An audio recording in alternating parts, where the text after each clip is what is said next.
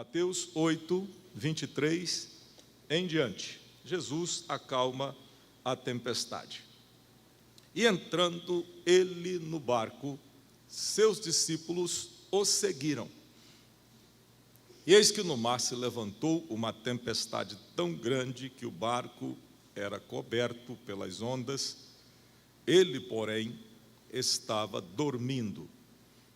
E os seus discípulos, aproximando-se, o despertaram, dizendo: Senhor, salva-nos, que perecemos. E ele disse-lhes: por que temeis, homens de pequena fé?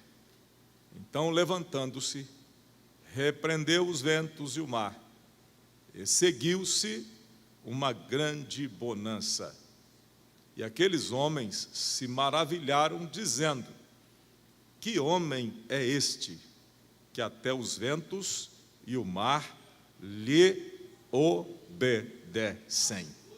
E aqueles homens se maravilharam, dizendo: que homem é este, que até os ventos e o mar lhe obedecem? Amém? Meus irmãos, a palavra de Deus é viva e eficaz. A palavra de Deus é mais penetrante do que qualquer espada de dois cortes, de dois gumes. Na semana passada, Mateus 8, 18, nós falamos a respeito do custo, do preço de se seguir a Jesus. E eu fui indagado, é interessante como a mensagem ela fica circulando na cabeça da pessoa, e as pessoas perguntam: pastor, se a salvação é de graça, por que a gente paga para servir a Jesus? E há uma explicação: a salvação é de graça, pela graça sois salvos, mediante a fé. Isso não vem de vós, é dom de Deus, todos nós conhecemos. Salvação é pela graça, não tem nada que nós possamos fazer para ser salvos, porque a salvação é Deus que dá através da fé em seu Filho Jesus Cristo. Mas o discipulado, ser um discípulo de Jesus, custa tudo. A salvação não custa nada, mas ser discípulo custa, até a nossa própria vida. O Senhor Jesus, ele diz que aquele que quiser reter a sua vida, perdê-la-á, mas aquele que perder a sua vida por amor dele, esse achá-la-á. O preço de seguir a Jesus, embora a salvação seja de graça, sejamos salvos por graça, um favor imerecido, ser um discípulo de Jesus custará tudo de nós, tudo. Se não for tudo, não será o que o Senhor quer. Se não entregarmos o nosso tudo de sacrifício, renúncia pessoal, porque não há recompensa humana, e isso deve permear a nossa mente. Seguir a Jesus leva-nos a entregar tudo. Eu me lembro de uma canção clássica antiga que nós sempre cantamos aqui: tudo entregarei, tudo, ó Cristo, a ti entrego, tudo sim por ti darei. No coro a gente diz: tudo entregarei sim por ti, Jesus bendito, eu tudo deixarei. Seguir a Jesus implica em abrir mão de tudo, da própria vida, de coisas, tomar a nossa cruz e segui-lo. Ser um discípulo não te dá a opção de querer pagar quanto, como a promoção daquela grande loja que eu citei na semana passada. Ser um discípulo não nos dá o direito de pensar no que a gente quer apenas, porque a vida cristã não é um self-service para que nós peguemos o que a gente gosta.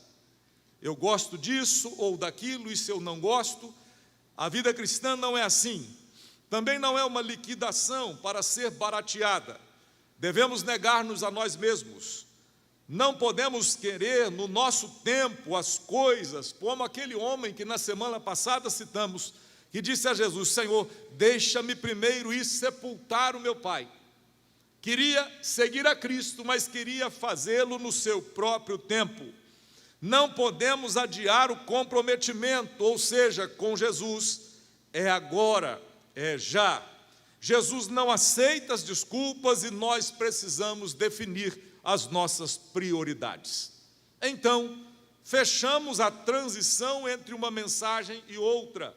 E você vai se lembrar que o capítulo 8 de Mateus começa quando Jesus desce do monte e um leproso o está esperando ao pé do monte. Um homem rejeitado pela sociedade, um homem deixado à margem, com uma doença contagiosa que o alijava do convívio familiar, que deixava-o fora de tudo e de todos. Aquele homem resolve romper com os limites que lhe foram impostos, e ele resolve ir até Jesus. E enquanto a multidão se afastava com a presença de um homem imundo, Jesus se aproxima daquele homem, e aquele homem diz para Jesus: Senhor, se tu quiseres, tu podes tornar-me limpo. E Jesus o responde dizendo: eu quero ser limpo. E naquela mesma hora, aquela pele tomada por enfermidade, aquele homem que apodrecia vivo, foi curado, restaurado da sua lepra, foi purificado por Jesus. Se a gente vai andando um pouco mais, no versículo de número 14, Jesus cura a sogra de Pedro, que estava enferma, com febre, e quando Jesus chega, e aquela mulher necessitando de um milagre, a Bíblia diz que ela jazia com febre, e Jesus tocou-lhe a mão, e a febre a deixou, e ela se levantou e começou a servi-los. Depois, a seguir, Jesus explica o que a gente deve fazer para segui-lo, qual o preço que a gente vai pagar para seguir, o preço do discipulado. E hoje nós vamos falar a respeito de Jesus que acalma a tempestade. Esta é a sequência da mensagem que falamos na semana passada. Você se lembra? A multidão apertava Jesus, a multidão o estava dando trabalho para atendê-los, e eles estavam com ele no monte, desceram do monte, estavam perto, estavam em volta da casa, e Jesus agora resolve tomar a direção para um outro lado. E eu expliquei o que Jesus estava a fazer. Jesus precisava talvez orar, descansar, se afastar um pouco. Nós estamos falando de Jesus também, que é 100% homem, e Jesus homem precisava dormir, se alimentar. Jesus como homem chorava, sentia cansaço, e agora a multidão o apertando, Jesus resolve ir para o outro lado. E alguém diz: Senhor, eu vou contigo, Senhor, eu vou até onde precisar ir, olha, eu vou sepultar o meu pai, mas vou também. E Jesus explica o preço do discipulado. Agora, ele de fato entra no barco, Jesus resolve atravessar para o outro lado, e a Bíblia diz que entrando ele no barco, seus discípulos o seguiram, mesmo sabendo que há um custo de seguir a Jesus, mesmo sabendo do preço que se paga por andar com Jesus. Essa talvez seja a minha e a sua história. Você sabe o quanto é penoso em muitas situações os confrontos que vêm sobre você, porque você segue a Jesus. Você sabe os confrontos que você enfrenta por seguir a Jesus. Eu estou a pregar aqui para gente que é crente sozinho em casa, que não tem mais ninguém que serve a Deus, e você é confrontada ou confrontado por seguir a Jesus, por andar com Jesus. Mas essa deve ser também a minha e a sua história, que mesmo confrontados por seguir a Cristo, nós nunca quereremos deixá-lo. Se alguém perguntar: vai seguir a Jesus assim mesmo? Tem gente carregando uma cruz pesada que vai dizer: não troco a minha cruz por nada. Tem gente enfrentando desaforo, afronta e um monte de coisas, mas se perguntar: vai continuar crente? Ele vai dizer: só deixo a minha cruz quando eu chegar no céu e trocar por uma coroa. Não largo por nada o meu Jesus. Tem gente com lágrima, tem gente sofrendo, tem gente presa ao leito da enfermidade, tem pessoas sofrendo as mais diversas aflições, e elas não deixarão Jesus. Esse pode ser ser você. Se é você que não deixa Jesus por nada, levante a sua mão para o céu comigo e diga algo para Ele: eu te seguirei até o final, eu irei contigo até o final. O hino 515 diz: se Cristo comigo vai, eu irei, e não temerei, com gozo irei, comigo vai. É grato servir a Jesus, levar a cruz. Se Cristo comigo vai, eu irei. Nós prometemos ir com Jesus até o final. Obviamente que estamos falando de uma caminhada, e caminhada tem os seus percalços. E agora, esses homens, quando Jesus entra no barco, entrando ele no barco, seus discípulos o seguiram. Coisa mais natural. Esses homens andaram com Jesus, estavam a andar com Jesus por todos os lugares. Estavam andando com Jesus nas mais diversas situações. Haviam visto Jesus curar. Por exemplo, no próprio capítulo 8, Jesus purificou um leproso, curou a sogra de Pedro. Jesus fez várias coisas. E eles agora, vendo Jesus entrar no barco, e esta era a ordem inicial, eles seguem Jesus, entram também no barco. Aí você pode dizer: mas pastor, se Jesus tomou essa direção, tomar a direção que Jesus vai é a coisa mais fácil que tem, é a coisa melhor a se fazer, é o que é mais sensato.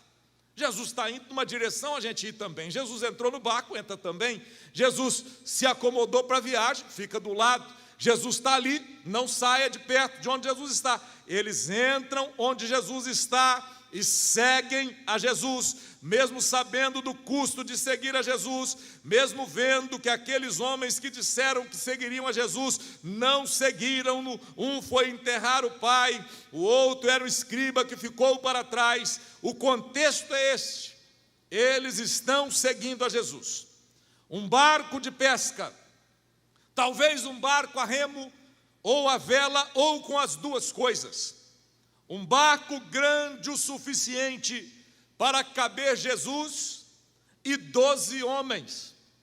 Um barco espaçoso o suficiente para atravessar a largura do mar, que era um barco forte o suficiente para romper a travessia.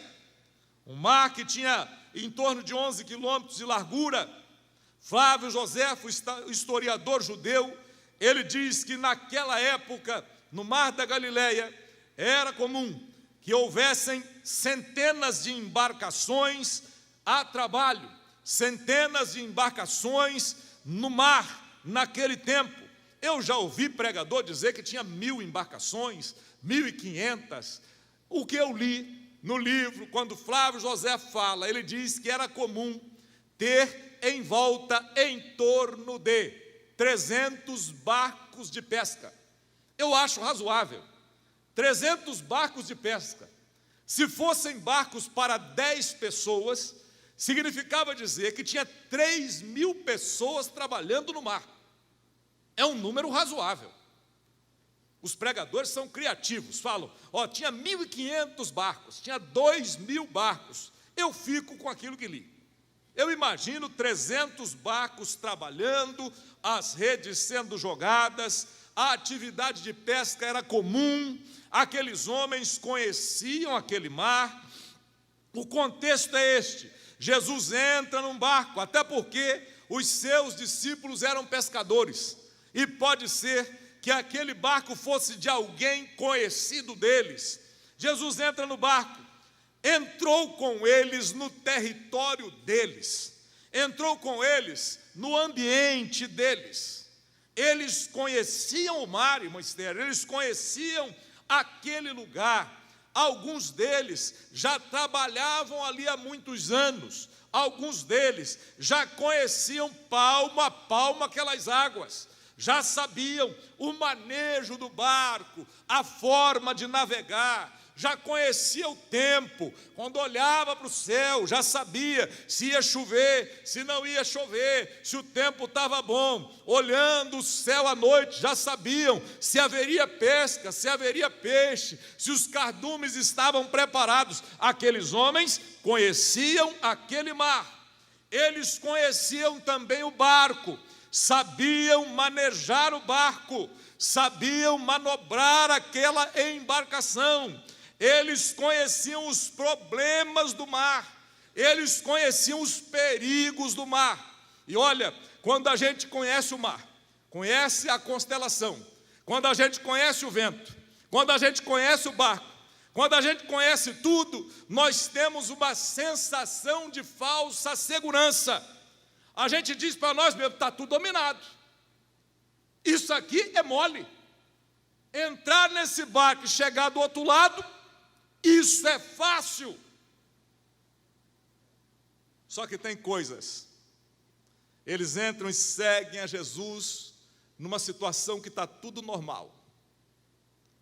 Não tem vento soprando, não tem prenúncio de tempestade, não tem nada que avizinha um perigo iminente.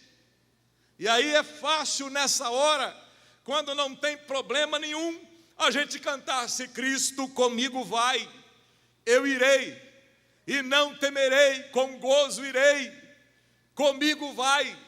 Quando o mar está calmo, quando o vento não sopra, quando a gente conhece o barco, quando o remo já tem o tamanho do nosso braço, quando a gente já sabe como resolver as coisas, a gente fica autossuficiente. E nessa hora, quando tudo está bem, é fácil dizer: se Cristo comigo vai, eu irei, com gozo, com alegria, eu irei. É fácil dizer que a gente vai quando tudo está bem. No entanto, quando eles entram no mar com Jesus, quando eles começam a navegar, quando o barco toma o rumo para a travessia para o outro lado, versículo 24, a Bíblia diz: eis que no mar se levantou uma grande tempestade, uma tempestade tão grande que o barco era coberto pelas ondas. Ou seja, o fator surpresa acontece. Você não está esperando. Você olhou para o céu, saiu de casa e não levou a sombrinha. Está tudo normal. Mas lá no meio da rua, a tempestade desce. Está tudo bem. Vai fazer um exame de rotina. Está esperando no consultório. Está tudo normal. Você não está a sentir nada. E de repente, um diagnóstico médico te surpreende. Você não sabia. Eis que no mar se levantou uma tempestade tão grande, e a gente começa a observar algumas coisas. Quando a gente estuda geografia bíblica, na geografia bíblica há ali a topografia do local, as características do mar da Galileia, que na verdade é um lago de água doce. Ele fica mais ou menos 200 metros abaixo do nível do mar, numa depressão, num lugar muito fundo, cercado por montanhas em volta. O lago de Genezaré, ou mar da Galileia, tem 21 quilômetros de comprimento, 11 quilômetros de largura, 50 metros de profundidade. Deixa eu te dar uma ideia. O comprimento é daqui a Carabuçu, a largura daqui a Piacá, e a fundura é 4 vezes a altura desse templo. Só para você ter uma ideia.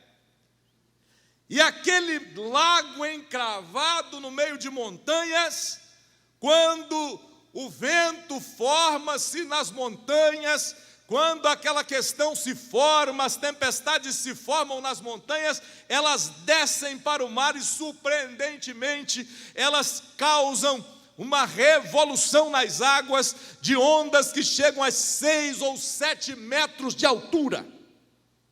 E de repente, Anderson, está tudo bem.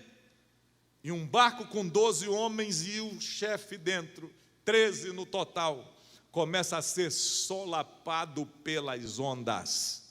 Não tinha aviso, nada estava programado. As tempestades formadas nas montanhas são violentas, as ondas são altas. Eles são surpreendidos, e a vida é assim. Somos surpreendidos na caminhada, somos surpreendidos nas situações, somos surpreendidos na nossa família, somos surpreendidos no nosso trabalho, somos surpreendidos em situações as mais adversas. Aqueles homens não foram tolos, não foram inconsequentes, eles estavam com Jesus, não havia sinal de tempestade, eles entraram no barco com Jesus, estava tudo normal, mas surpresas acontecem. Quando as surpresas acontecem, tem gente que perde o chão. Quando as surpresas acontecem, tem pessoas que se desesperam. Quando as surpresas acontecem, tem pessoas que simplesmente não sabendo o que fazer, tomam decisões precipitadas. Nas surpresas da vida, muitas vezes nós somos instados a agir precipitadamente. Olha a lição da tempestade que estamos a aprender agora. Naquela tempestade inesperada, Jesus estava no barco. Naquela tempestade inesperada, a presença de Jesus estava com eles. E eu tenho uma notícia para te dar. Pode até parecer que Jesus não está, mas Jesus também está com você. Quando a tempestade se forma, quando o vento sopra forte na sua vida, você está sentindo a presença de Jesus? Você consegue sentir a presença de Jesus na sua vida? Ah, pastor, mas ele está quieto, ele está calado, ele não fala. Aqui na cidade tinha um relojoeiro antigo, que o meu avô, quando comprava relógio, ia lá para ajeitar a pulseira. Era aqui perto da praça. E a gente chegava lá, o homem tinha mais de 90 anos, ele colocava um monóculo, assim, e ficava com as pinças, desmontando o relógio, montando o relógio. Seu Joaquim fazia aquilo ali. E seu Joaquim tinha 2 placas na loja: silêncio, estou trabalhando. Chegava lá, ele quietinho, o senhor deseja o quê? Pegava e ó. Shh. E a outra placa dizia assim: o trabalho me mantém vivo. E ele tinha mais de 90 anos. Deus pode até estar calado. Deus pode até estar em silêncio. Mas isso não quer dizer que ele está parado. Deus pode estar calado, mas está trabalhando. Deus pode estar calado, mas está agindo.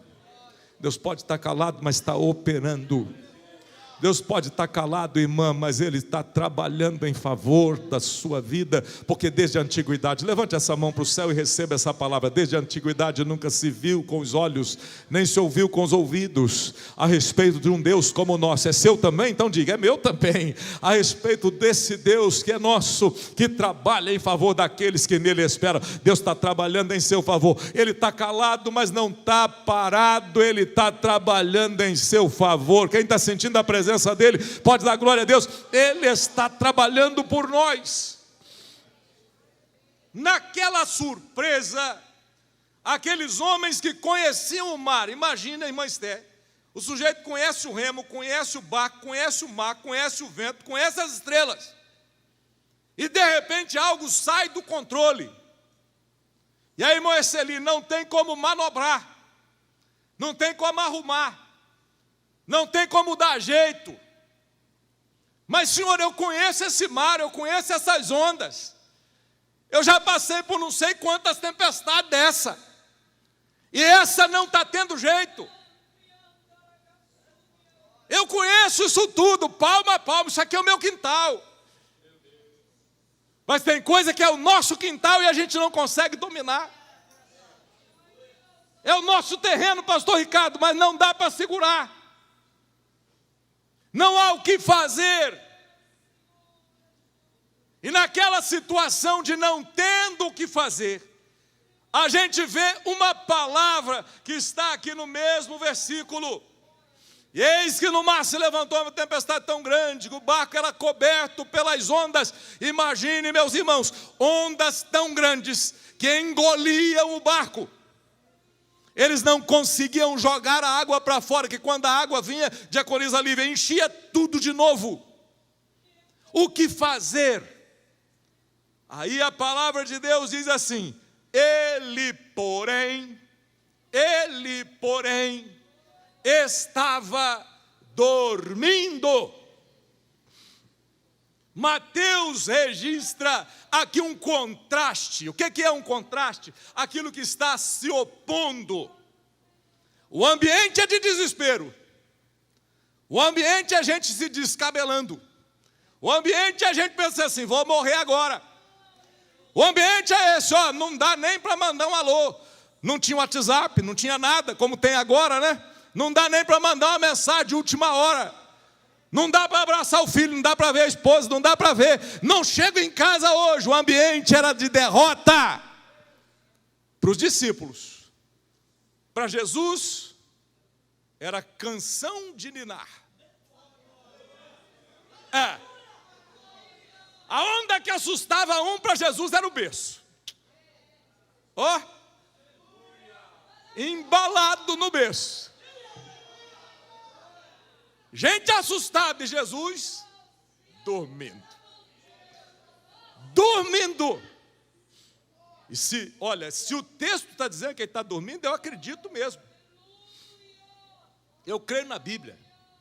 Creio que a Bíblia é a palavra de Deus, creio que ela é viva e eficaz, creio que ela é regra de fé para a minha vida, creio que a palavra de Deus é a bússola para guiar a minha caminhada. Aí um professor ateu, um dia chamou um aluno crente e falou assim, não, lá no Mar Vermelho, não teve, Deus não abriu o Mar Vermelho não, o que aconteceu lá foi que soprou um vento. O aluno falou, soprou mesmo, foi um vento que veio um vento.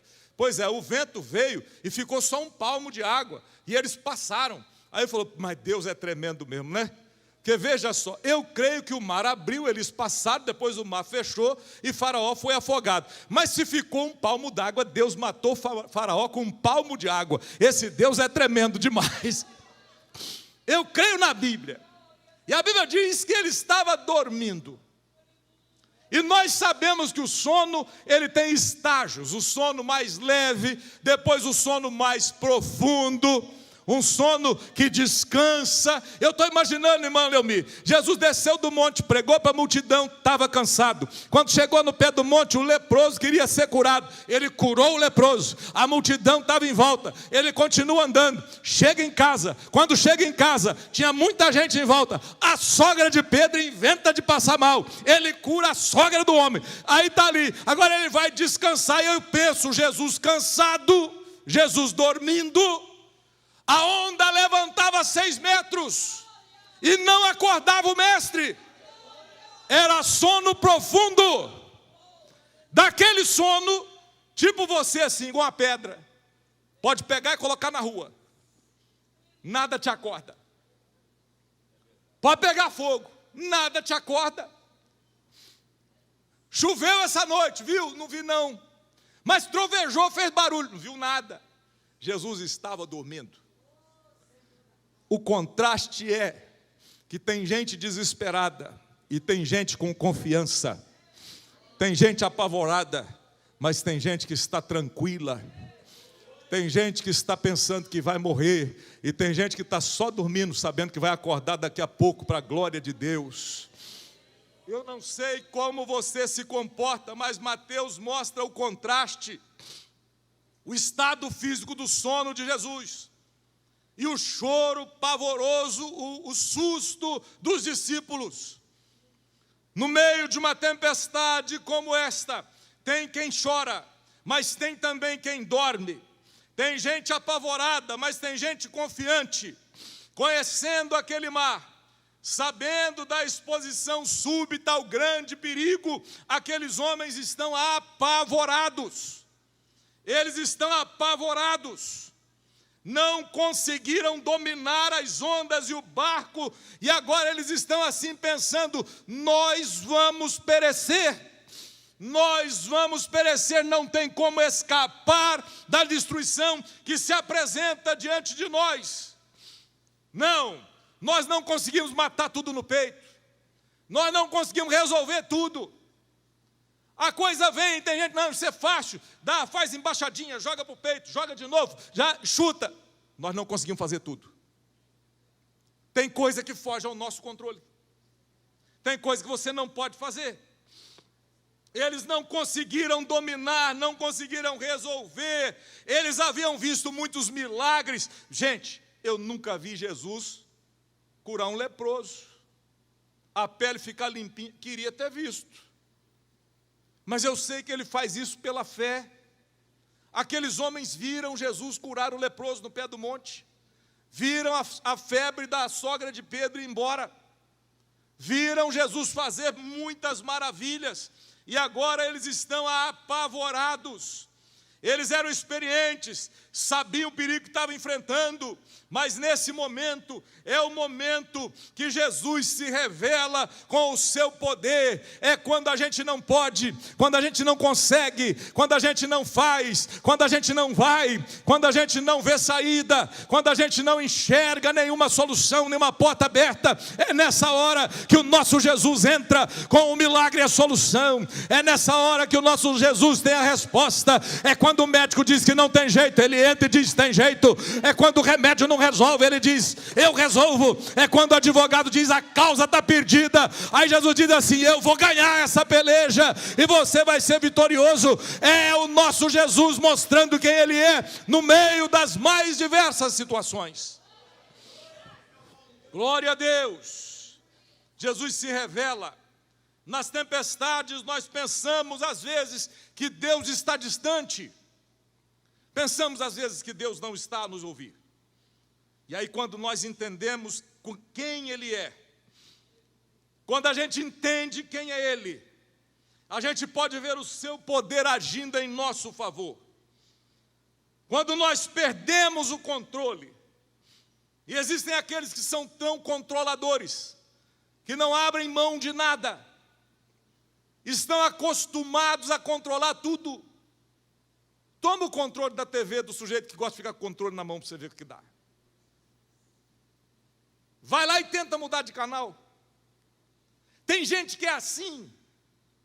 Nós às vezes perderemos o controle em algumas coisas. Não se trata apenas de um canal de TV. É a vida. É a caminhada. São os desafios. São os problemas. E aqueles homens chegam para Jesus. No versículo 25 ele diz assim, Senhor, salva-nos que perecemos. Naquele momento, quando eles perdem o controle, diácono Abner e irmã Josi, eles dizem assim, ó, Jesus está aqui. Aí ele ali deitado. Como é que pode essa onda não acordá-lo? O sono era profundo e eles resolvem ir lá e falam assim, Senhor, e eu estou imaginando, Senhor, salva-nos, porque nós estamos perecendo. Jesus é acordado do seu descanso, as ondas fortes não puderam fazer com que Jesus fosse atrapalhado. Olha, há uma notícia, a tempestade, o vento forte não podem roubar a nossa fé no Senhor. A tempestade, o vento forte não podem roubar a sua fé. Tem tempestade à volta, tem vento soprando, o barco está balançando, mas pode levantar essa mão para o céu. Aquele que controla todas as coisas ainda continua reinando. A tempestade é forte, o vento é forte, mas não pode roubar a sua fé no Senhor. Quem pode dar glória a Deus por isso? Aleluia! Eles chamam por Ele. Aí Jesus acorda. Estou imaginando aqui Jesus acordando animado. Porque temeis, homens de pequena fé? Porque tem gente que acorda e demora a ligar, né? Você acorda, trunfa a cara, daqui a pouco vai melhorando, lá para meio-dia, aí o sujeito melhora. A gente tem a mania de valorizar as coisas erradas. Eu vi um vídeo recentemente, uma pessoa me mandou, achei muito interessante. O vídeo dizia assim, uma mulher falando com outras mulheres, dizia assim, fulana, se eu te der R$1 milhão hoje, o que você faz? Ah, vou ficar muito feliz. Eu vou fazer compras, como a irmã Lívia fala, fazer compras, vou fazer um monte de coisa, vou aplicar, vou investir, vou fazer não sei o quê, vou ficar muito feliz. Olha, tá, e se eu te der R$10 milhões? Eu vou ficar 10 vezes mais feliz, uai. É muito, eu vou fazer isso, fazer aquilo, fazer compra, fazer, investir, vou dar tchau para todo mundo que é enjoado, vou fazer não sei o quê e tal. Aí ela falou assim, mas e se eu disser para você, vou te dar 10 milhões de reais hoje, mas você não vai acordar amanhã. Mas eu não quero não. Mas por que você não quer? Não, aí não, ganhar 10 milhões e não acordar. Acordar vale mais do que 10 milhões? Aí a moça, claro, ué. Então por que você acorda emburrada? Toma. Distraído, isso, toma. Por que acorda de mau humor? Por que chega no serviço? Bom dia. Bom dia por quê? Por quê? Eu estou me lembrando de Jesus acordando para repreender a tempestade. E se Jesus fosse como alguns de nós, é que ele não é. Jesus não é o homem. Quando ele opera, ele opera. Quando ele faz, ele faz. Quando dá vida, dá vida. Quando mata, mata. Jesus não é o homem. O hino que vocês cantam. Jesus não é. Porque se Jesus fosse algum de nós, acordaria com a tromba, pensando em ligar. Jesus acorda e Jesus pergunta: por que temeis, homens de pequena fé? Jesus acorda para resolver, acorda para chegar mesmo. Então hoje Deus fala com a gente, há um presente que Ele te deu, a sua vida. Tem tempestade, tem vento forte, mas isso não vai roubar a sua fé no Salvador. Você vai continuar olhando para cima, Deus vai te dar vitória. Então levanta a cabeça em nome de Jesus. Confia no Senhor, fique animado, porque Ele está no barco, Ele não te deixou. Oh glória! Quem está sentindo a presença dele, dá glória a Jesus. Quem pode adorá-lo, adore. Quem pode exaltar, exalte, porque Ele está conosco. Por que temeis, homens de pequena fé? Irmão Ricardo é pregador, nosso professor Mauro está aqui do lado. Pequena fé é oligopistos, no grego. Oligo é aquilo que é pequeno, oligos, pequeno. Pistes é fé. Jesus usa uma repreensão suave. Olha, Jesus não está dizendo, vocês não têm fé? Jesus não está dizendo que eles não têm. Jesus está dizendo que a fé deles é pequena. É diferente. Jesus não está dizendo, ô incrédulo, ou sem fé. Não, não. Eles tinham fé. A fé era pequena. Por que temeis, homens de pequena fé? Não é falta de fé, que seria apistes, é oligopistes, ou seja, pequena fé. E aí eu tenho para te dizer uma coisa, a fé pode ser pequena. Se for pequena, ainda tem jeito. Se não tivessem fé, eles nem chamariam Jesus. Se não tivessem fé, eles já viram, a onda está grande, o mestre está dormindo, acabou. Partiu, vamos embora. Não, ainda tinha uma pequena fé. E aquela fé pequena os moveu a acordar o mestre, Eduardo. E quando acordam o mestre levanta animado. O mestre levanta olhando a água, olhando o vento. Fala assim, por que vocês estão temendo, homens de pequena fé? E se fosse eu, daria as minhas desculpas. Eu diria, senhor, o senhor não está vendo o tamanho dessa onda? O senhor não está vendo a velocidade desse vento? Não está vendo que nós já estamos com o braço doendo de tirar a água do barco e a onda vem e enche tudo de novo? O senhor está perguntando por que a gente está temendo, o senhor não está vendo? Talvez eu desse as minhas desculpas, mas Jesus também não espera as desculpas. Jesus não espera que a gente dê algumas explicações. Jesus chega, Jesus pergunta, por que vocês estão com medo, homens de pequena fé? E nem espera a resposta para mostrar para eles que vale a pena viver pela fé. Jesus pergunta e vira para o vento, vira para o mar, repreende o vento, repreende o mar e houve uma grande bonança. Oh glória! Aleluia! Oh glória! Glória!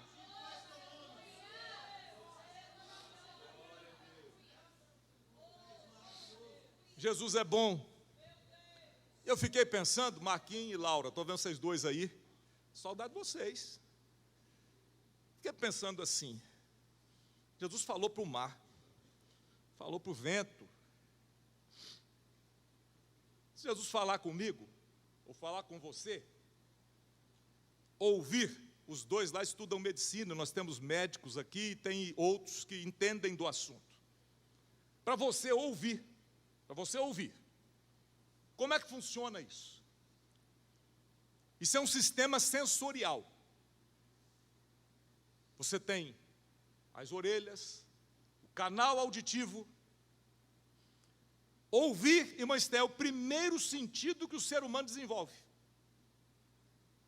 Os médicos dizem que uma criança, um feto, com 16 semanas, 15, 16 semanas, ele já ouve as coisas que se passam no ambiente externo. Já aceita estímulos externos.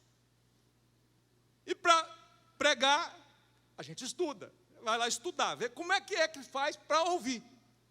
Imagina, para a gente ouvir esse sistema auditivo, ele capta, ele transforma, transmite as informações ao córtex cerebral. Tem o ouvido externo, as orelhas, o canal, que pegam o som e amplificam o som.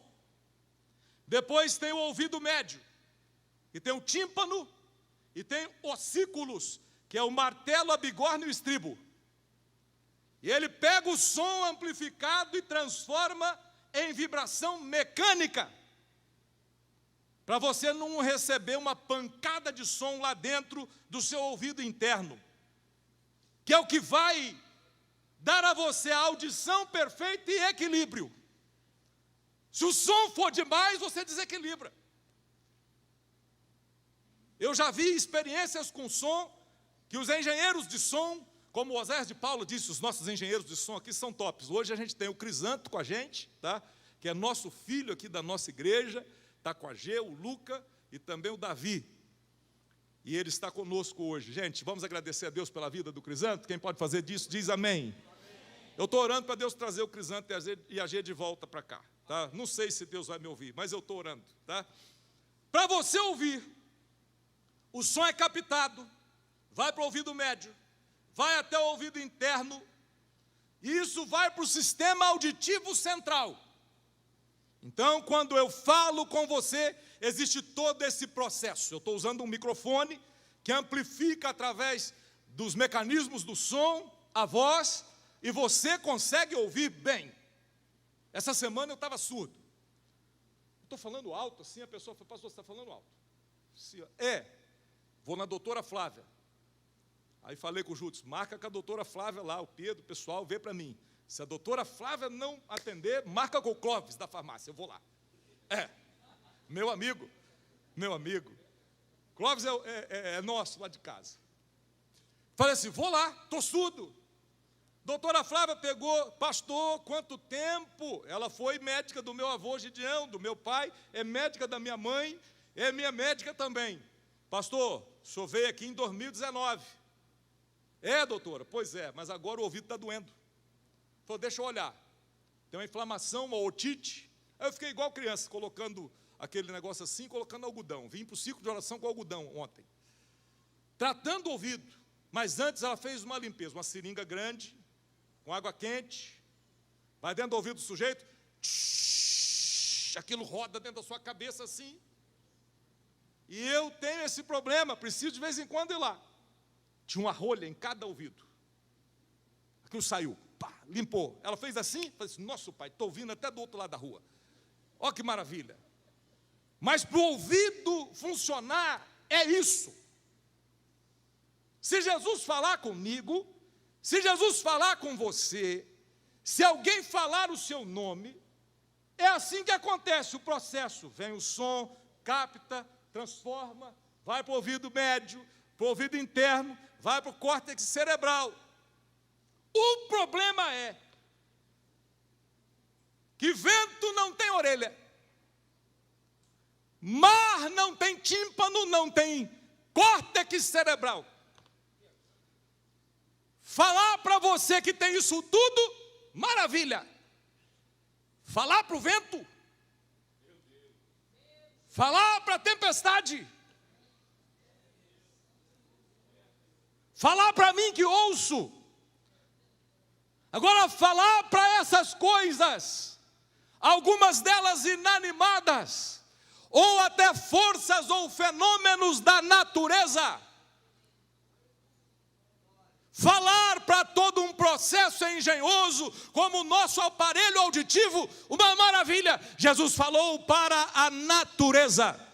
A natureza não tem todo esse processo, mas aquele que fez a natureza, aquele que sem ele nada do que foi feito se fez. Já tem gente entendendo, já tem gente dando glória a Deus. Falar com a natureza, eu não posso, mas ele pode. Falar com o vento, eu não posso, mas ele pode. Falar com a tempestade, eu não posso, mas ele pode. Quem pode dar glória a Deus por isso? Glória ao nome de Jesus. Aleluia. Aí eu comecei a pensar, Jesus vai falando, nós não somos médicos, nós não entendemos o mecanismo, eu tive que estudar isso para poder entender pelo menos como funciona. Jesus é maior do que tudo isso.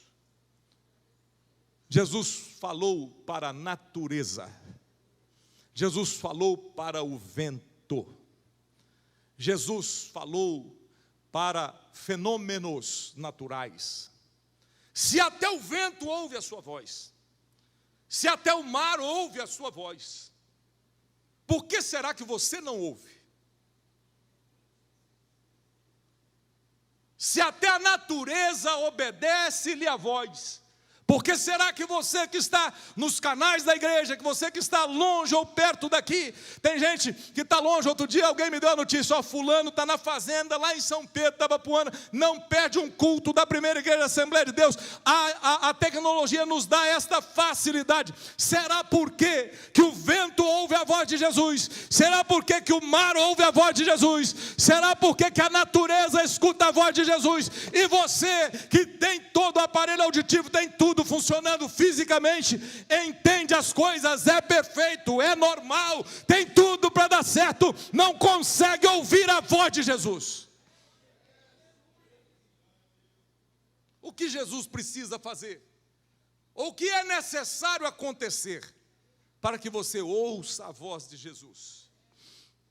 Naquele dia, a tempestade, músicos, todos para o lugar.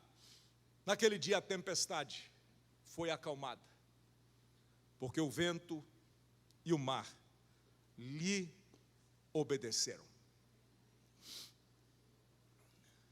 O que falta? O que falta? O que precisa acontecer para que Jesus mude a sua história? A mudança que você precisa não está nas políticas governamentais, embora elas sejam importantes. A mudança que você precisa não está no seu emprego, no seu trabalho, embora ele seja importante. A mudança, o socorro que você precisa não está no amigo mais chegado, e que bom que você tem amigos. A mudança que você precisa está em ouvir a voz de Jesus. A mudança que nós precisamos está em dar ouvidos à voz daquele que até o vento e o mar lhe obedecem. Até o vento e o mar lhe ouvem, lhe obedecem, e nós muitas vezes temos dificuldade para entender a voz de Jesus. Aquela voz mansa, aquela voz com autoridade, não está aqui registrado no texto que Jesus gritou para o vento, que Jesus gritou para o mar. A Bíblia diz que ele repreendeu, a Bíblia diz que ele deu um comando. A palavra autoridade é exousia, é o poder em ação, é Jesus dizendo e acontecendo, é Jesus falando e a resposta chegando, é Jesus dando um comando e a situação entrando no lugar. Eu tenho uma notícia para te dar: a tempestade da vida pode ser mudada se Jesus der uma ordem, se Jesus disser uma palavra, se Jesus der um comando, o milagre pode acontecer. O que precisa acontecer para que você ouça a voz de Jesus? Curve a sua cabeça.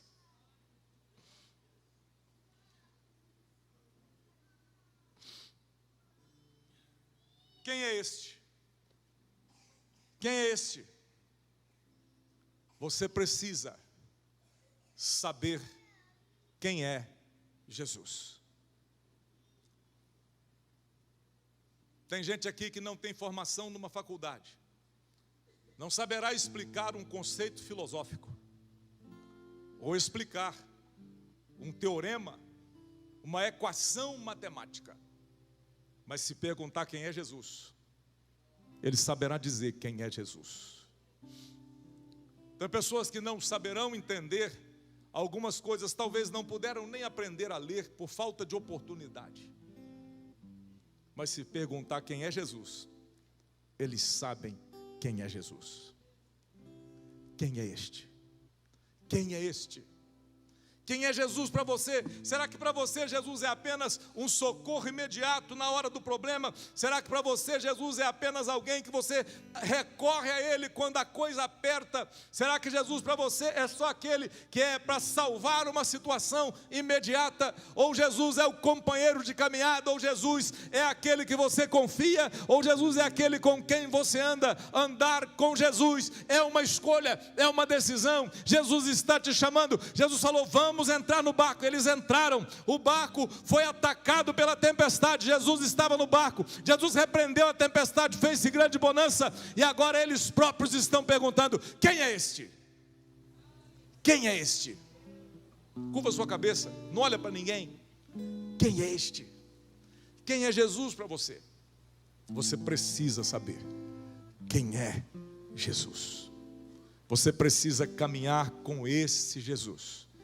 Esse Jesus que pode acalmar as tempestades da sua vida. Cabeça curvada, olhos fechados. Irmão Ricardo retorna para o encerramento, um breve apelo. E você saiba nesta noite quem é Jesus. Você não pode começar a semana sem saber de fato quem é Ele. Você não pode entrar na vida sem saber de fato quem é Ele. Não caminhe sozinho. Não caminhe sozinha. Jesus quer caminhar com você. Jesus está vivo e quer caminhar com você ao longo de toda a sua jornada. Olhos fechados, irmão Ricardo, ministre e encerre essa parte. Onde está a primeira pessoa que quer receber Jesus no coração? Ali está vindo uma jovem. Você pode fazer um barulho, porque lá no céu já tem um barulho. Pai, nós te damos graças. Deus, se há alegria no nosso coração nesta hora, também aí no céu, diante dos anjos, a alegria pela decisão dessa tua filha. Ó Deus, trabalhe de forma completa na sua casa, na sua vida, na sua história. Mude, Senhor, tudo isso conforme o Senhor já tem falado com ela. Ó Deus, escreva algo novo e que ela seja uma testemunha de Jesus. Perdoe os seus pecados. Trabalhe, Senhor, na sua vida, na sua mente, o seu coração, suas emoções. Tudo nós colocamos nas tuas mãos. Em nome de Jesus. Amém. Enquanto a irmã Fabiana recebe, vamos aplaudir ao Senhor. Mais bonito que a gente puder. De pé como nós estamos. Nós vamos estar orando. Estende a sua mão em direção à cidade, à sua casa, onde você mora. Estende a sua mão em direção ao hospital, se você puder. Deus, em nome de Jesus, nós cremos que Tu és Deus que responde, Deus que faz, Deus que trabalha. Deus, em nome de Jesus, ó Deus, eu te peço em nome de Jesus, esses pedidos, ó Deus, que agora estão colocados diante de nós, ó Deus, as pessoas que estão, ó Deus, pelos canais da internet, ó Senhor, pedindo as orações. Deus, em nome de Jesus, Tu és o nosso socorro, bem presente na hora da tribulação, Senhor. Tu és a nossa ajuda, cura as enfermidades. Essas mãos levantadas agora, Senhor, em direção à cidade. Deus, em nome de Jesus, eu quero te pedir, Senhor, entra com um milagre, entra com uma resposta, ó Deus, a resposta que só o Senhor pode dar, a resposta da parte do Senhor. Deus, trabalha, ó Deus, agora curando os enfermos, ó Deus, esse pedido da UTI agora entra, ó Deus, naquele lugar, ó Deus, os irmãos que estão enfermos também, os idosos, ó Senhor, em nome de Jesus, nós queremos te pedir que o Senhor esteja, ó Deus, agora com a sua sua mão poderosa atuando em cada pedido. Coloca a sua mão no seu coração. Agora, Senhor, guarda o coração dos teus filhos. Deus, guarda o nosso coração, conforme diz a sua palavra, que nos orienta a nós mesmos a guardarmos o nosso coração. Tu és o nosso guarda fiel, tu és fiel, o Senhor é o nosso socorro, nos ajuda, leva-nos em paz aos nossos lares, à nossa casa. Ó Deus, dê-nos uma semana de vitória, fique ao nosso lado, guarda-nos em tudo, Senhor, e nos ajude, Senhor, a permanecermos fiéis ao Senhor. Que esta noite seja uma noite de paz e de descanso. Ó Deus, e se a trombeta tocar, nós queremos ouvir a Tua voz, nós queremos ouvir a trombeta, e nós queremos encontrar com o Senhor nos ares. Ó Deus, abençoa o dia de amanhã, ó Deus, a campanha, se o Senhor assim nos permitir, o encerramento, ó Deus, da nossa campanha da provisão. Abençoa o pastor Leonai, que vai estar pregando a palavra de Deus amanhã. Usa o Teu filho, o Senhor, traga-o em paz. Ó Deus, se o Senhor nos der essa oportunidade, nós vamos entrar com alegria nos Seus átrios. Nós vamos entrar com louvor na sua casa. Nós vamos, ó Deus, trazer o culto da nossa casa para louvar o seu nome. Fica conosco, Senhor, nos ajude. É a nossa oração no nome de Jesus. Amém, amém. Que o Senhor te abençoe e te guarde. Que o Senhor sobre ti levante o seu rosto e que Ele tenha misericórdia de ti. Que o Senhor sobre ti levante o seu rosto, que Ele faça resplandecer o seu rosto sobre você e que Ele ponha em você a paz que só Ele pode te dar. E que seja sobre nós a graça do Senhor Jesus, o amor de Deus, o nosso Pai, a comunhão, a consolação doce e eterna do Santo Espírito de Deus. E todos nós que aguardamos a vinda de Jesus, digamos juntos, amém.